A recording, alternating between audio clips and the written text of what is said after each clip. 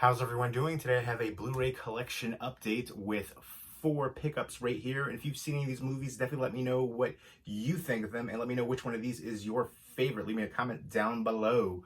And 3 of these titles are 4K Ultra HD titles. But I'm going to show you the lone Blu-ray first. This is an upgrade. It's To Live and Die in LA from William Friedkin, who's done some amazing films in his career. Let me know what your favorite William Friedkin film is. French Connection, Exorcist, Jade, Sorcerer, Cruising, Guardian. And he also did Blue Chips, which is an amazing basketball movie with Nick Nolte, Shaq, a bunch of other well-known players too, and that deserves a Blu-ray release. I don't know what's holding that up.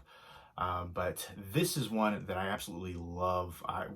Everybody in here is amazing, especially William Dafoe as the nihilistic counterfeiter. He's just awesome. I'm a big William Dafoe fan. William Peterson too. I always think of him, he's great in CSI, of course, but Manhunter, Manhunter to me is probably like my favorite of the Hannibal Lecter series. And then you also have John Pankow in here too. There's a great car chase scene in here. Police officers trying to, track him down, the counterfeiter. And there's also a bit of a vengeance in here too. But the whole, the soundtrack, just the whole feel of it's just so 80s, just dripping with that 80s. And I absolutely love the heck out of it. Moves at a frenetic pace too. But here is the, we can do the reversible artwork for the interior right there. And this is part of the Shout Select line from Shout Factory. And I got this one because my old Blu-ray, this is supposed to have a better picture quality. It's a new 4K transfer and has more special features too. And I'm a big fan of this film, so very happy to add this to the collection. There's the disc artwork right there, the partners, and then there's the reversible artwork, which is the same as the slipcover. So I'm gonna put that old retro artwork right there, which I'm so happy to upgrade this one. Can't wait to revisit it and check out the new special features and the transfer in here, but love this one. And next up is Blade Runner 2049, the new one from Denis Villeneuve, who I think is an amazing new director and probably, one of my favorite stylistically of kind of modern directors. And I can't wait to see what he does with Dune, which I think they're still working on that right now. And who knows, this is everything going on in the world right now is affecting everything. Things are getting pushed back to next year. The new Ghostbusters movie was supposed to come out this summer. They're doing it next summer now. But I'm looking forward to Dune. But this one to me was a really good follow-up to the original. I like how they tie things in and Deckard and, going back and finding him and all the mystery and intrigue. I thought everybody played their parts very well. Again, this is just a very stunningly, great film to watch in the theaters and at home too. So this is a beautiful release too. I popped this one in immediately as soon as I got it. I thought very aesthetically appealing, just the visuals. And I think, again, like I said, Denis Villeneuve, I feel like it's just something that he always does in his release, especially like Arrival too. That's another one, kind of like some washed out color schemes, but it works so well for it. Prisoners. I still need to see Enemy with Jake Gyllenhaal from Denis Villeneuve, but heard mixed things about that one. But I'm excited just because I think he's got a creative mind and a great use of the visuals. So I thought this was an amazing, again, follow-up. The whole cast was awesome here. Jared Leto. And you also have, the Hans Zimmer score is fantastic. He always does an amazing job.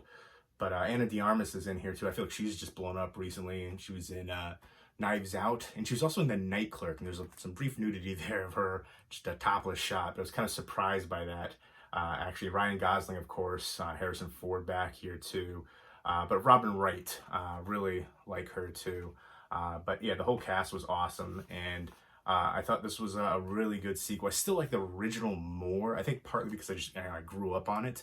I think that's kind of interesting. Certain films weren't received well, like the original Blade Runner wasn't received well. John Carpenter's The Thing wasn't initially received well, and now they're all-time classics. But let me know what you think of Blade Runner 2049, and let me know what your favorite Denis Villeneuve film is. Next up is Field of Dreams, which is in my top 20 films of all time. I still get goosebumps watching this movie, especially when they pick up young Moonlight Graham and then he says who he is, and then when he crosses over to save a little girl. The cast in here is incredible too. Kevin Costner, Ray Liotta, James Earl Jones, Amy Madigan. I've always said, like, I love her character in here. When I settle down, I want a wife like her character in this one. You know, she's intelligent, strong-willed, you know, stands by her man as well when everybody else is looking at her like, what are you doing? But, you know, just very family-oriented, and she, you know, believes in him. You know, this is just an all-time classic. If you build it, he will come, you know? So I love the ending shot, too. I think that's just amazing. This is directed by Phil Alden Robinson, who has worked with Kevin Costner before in Robin Hood, Prince of Thieves, and then in Waterworld. And he also directed Count of Monte Cristo from, I think, 2002 with Guy Pearce in that one. Guy Pearce, I think, is a really underrated actor. He's an amazing actor, in my opinion. But yeah, so I think great in every aspect in regard to this. The score is phenomenal, and just the visuals, the acting, the directing, the cinematography, just the storytelling of it. I love this film. In my, again, top 20 of all time, and I can't wait to check this out on 4K Ultra HD right here. Very happy to see that get the proper treatment. And I feel like a lot of people, you know, say, you know, older films can't benefit from 4K.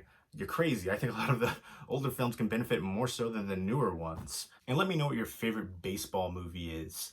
This one thing that really stuck out for me is I'm a big fan of the history of baseball. Obviously, it's America's pastime, and I think it's so rich, more so than any of the other sports played here as far as the history aspect of it.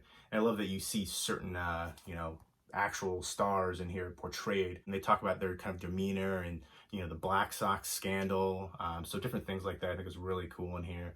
You know, it takes place in Iowa, and I believe they actually have like a big, you know, museum and field there, you know, for this film. And I think that's pretty cool. You know, the cornfields, he, you know, tears down the cornfield and people think that he's crazy. You know, that's how you make your money. And he builds the baseball field, and it's just going because, you know, he hears that somebody's saying that. I feel like if you say that, you know, I heard somebody talking to me, you're going to get locked away for that. They told me to tear down my cornfield and build a baseball field. That's instantly, you're getting locked in the loony bin. But I love it, the whole journey of it. He hears, you know, this voice tell him to do certain things, and he just goes with it. You know, if you build it, he will come, right there in the back. And this is the 30th anniversary edition, and a bunch of special features right there. Next up is a 4K Ultra HD Digibook release from Germany. Now, I didn't realize that this is bigger than the American Digibooks, and I kind of hate it. You can see the difference size-wise, and I'm just not a fan. I mean, you know, it's going to stick out like a sore thumb and bother my OCD right there. It's, I guess, DVD size, because it's a Blu-ray, 4K Ultra HD, and DVD combo pack. And the interior, you know, it has, you know, the Digibook design right here. But it's all in German. I lived in Germany as a kid. Sprechen Sie Deutsch. Unfortunately, I only know a couple little sayings here and there. I didn't retain the language. Lived there 4.5 years, Frankfurt, Germany, before the fall of the Berlin Wall. I'm old. But yeah, Clifton Collins Jr. was amazing in this too. The whole cast was really good. John Hurd, of course, Samuel L. Jackson, Kelly Rowan. And this is directed by Kevin Reynolds, who directed Some of All Fears, and Sneakers, which is also a really good one too. So the Digibook itself in German. Unfortunately, I didn't retain the language when I moved back to the States because no one else I knew spoke it. It's been a long time since I've seen this one, but when I saw this had a Digibook release, or actually a 4K Ultra HD release, I definitely wanted to pick it up. It doesn't have a Blu-ray release here in the States, so to get it on 4K Ultra HD, awesome, because it's region-free.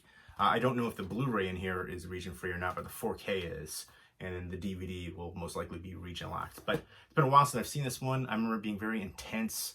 And I'm pretty sure his name was like Caesar in this. Clifton Collins Jr. is a really good actor, as is everybody in here. You know, John Hurd, Samuel L. Jackson, everybody that I mentioned. But he's a teacher, and he kind of has this showdown with, you know, the gangster guy right here and his crew. And I remember they were doing like Russian roulette.